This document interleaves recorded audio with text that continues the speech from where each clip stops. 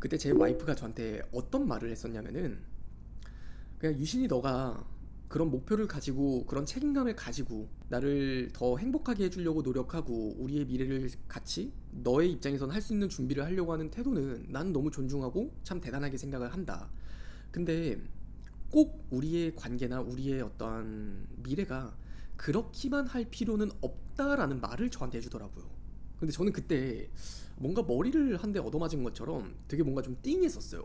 준비를 해두고 결혼하는 게 맞는 걸까? 아니면 결혼을 하고 나서 이루어가는 게 맞는 걸까?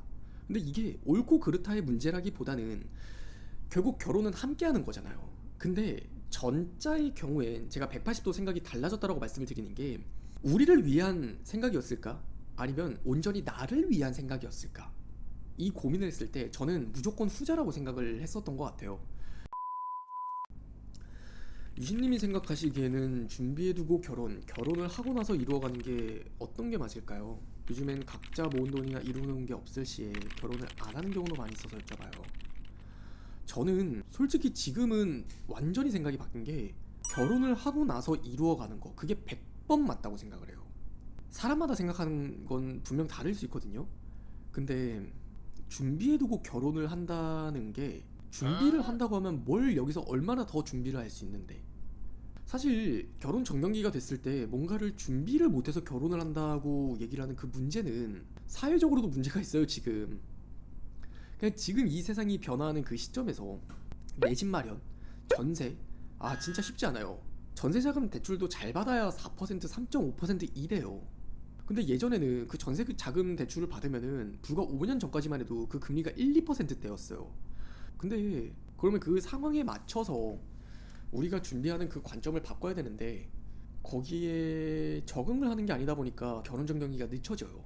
그냥 저도 결혼을 해보고 나니까 생각을 하는 거지만, 그냥 제 개인적인 이야기를 좀 잠깐만 드리면, 저도 그 준비라는 그 기준이 여러분들과 조금 다를 뿐이지 준비를 해두고 결혼을 해야 된다라고 생각을 하는 입장이었어요. 완전히.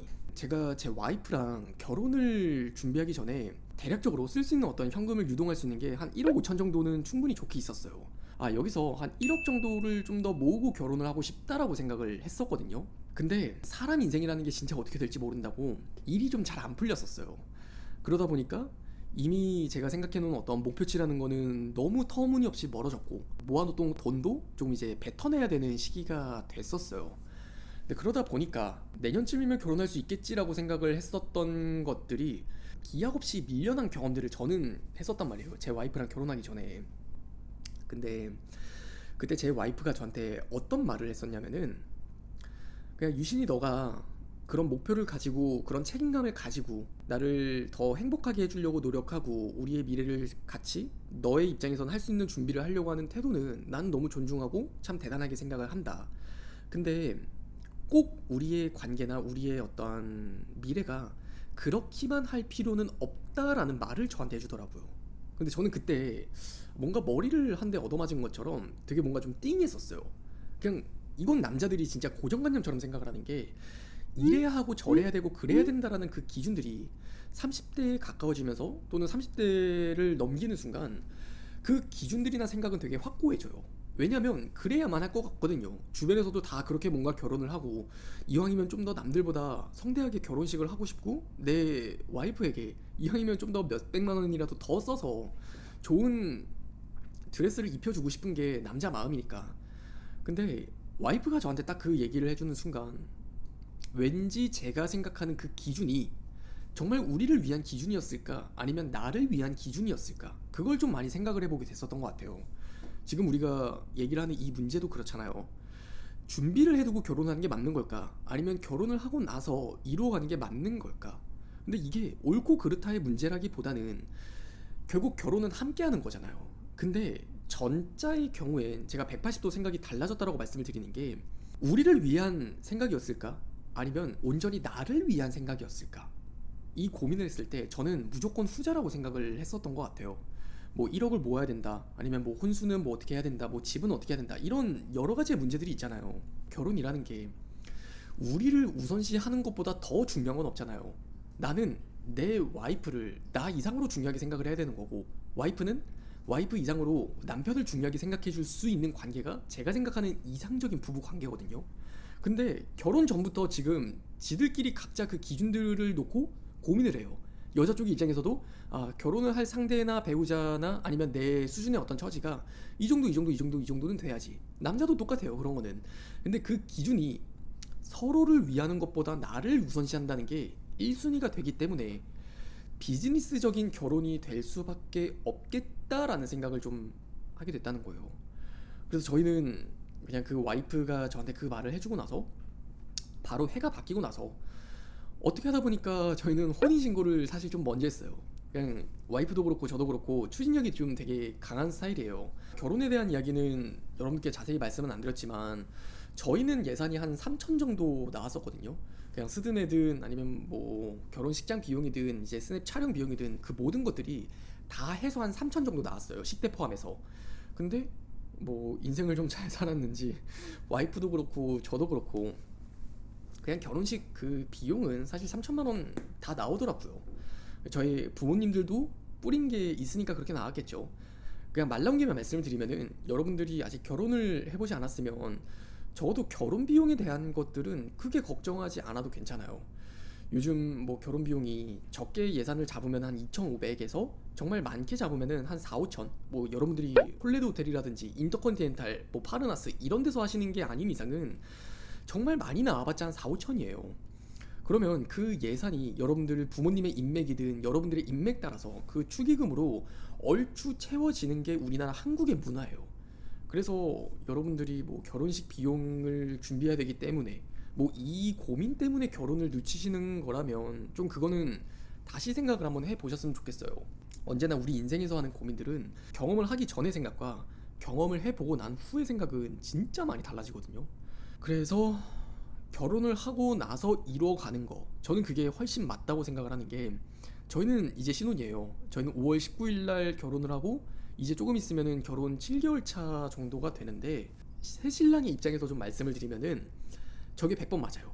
그냥 결혼을 하고 나서 이뤄가는 게 정말 맞는 게, 결혼 전에 좀 많이 힘들어졌었고 저의 어떤 주머니 사정이 좀 많이 기울어졌지만 그냥 결국 지금의 저와 그 전의 저를 비교를 했을 때 조금 더 여유로워진 건 맞아요. 확실히 더 여유로워졌고 저라는 사람이 바라보는 어떤 인생에서의 그 관점이 더 넓어졌어요. 그냥 지금 당장 그냥 나는 뭐 1억을 모아야 돼, 지금 당장 5천만 원을 모아야 돼, 바로 눈앞에 놓여있는 것만 보다 보면은 세상이 변하는 거를 놓치기가 쉽거든요. 근데 우리가 결국 돈을 모으는 이유도 그 세상 안에서 더 잘 살기 위함이잖아요. 근데 그 세상을 눈 가린 채 아웅하듯이 그냥 눈앞에 바로 놓여져 있는 것만, 나 5천 벌어야 돼, 1억 벌어야 돼, 모아야 돼, 이것만 생각하다 보면은 놓치는 게 너무 많더라고요. 근데 적어도 결혼 생활을 시작하고 나서 지난 지금 제 2025년 올해에 지금 해가 바뀌어서 뭐 연초 소감하는지 모르겠지만 지금의 저를 생각을 하면 그래요.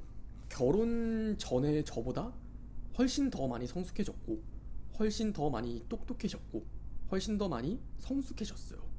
그렇게 제 와이프를 사랑하는 어떤 저의 태도든 인생을 대하는 태도든 또는 저희 인생에서 저라는 사람이 느끼는 삶의 만족도든 그 모든 것들이 저는 비교할 수 없을 정도로 되게 좋아졌어요.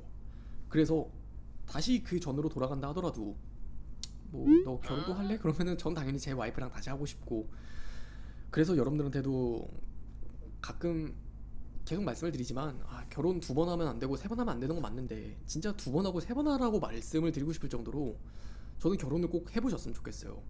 인생이 다르게 보여요, 정말.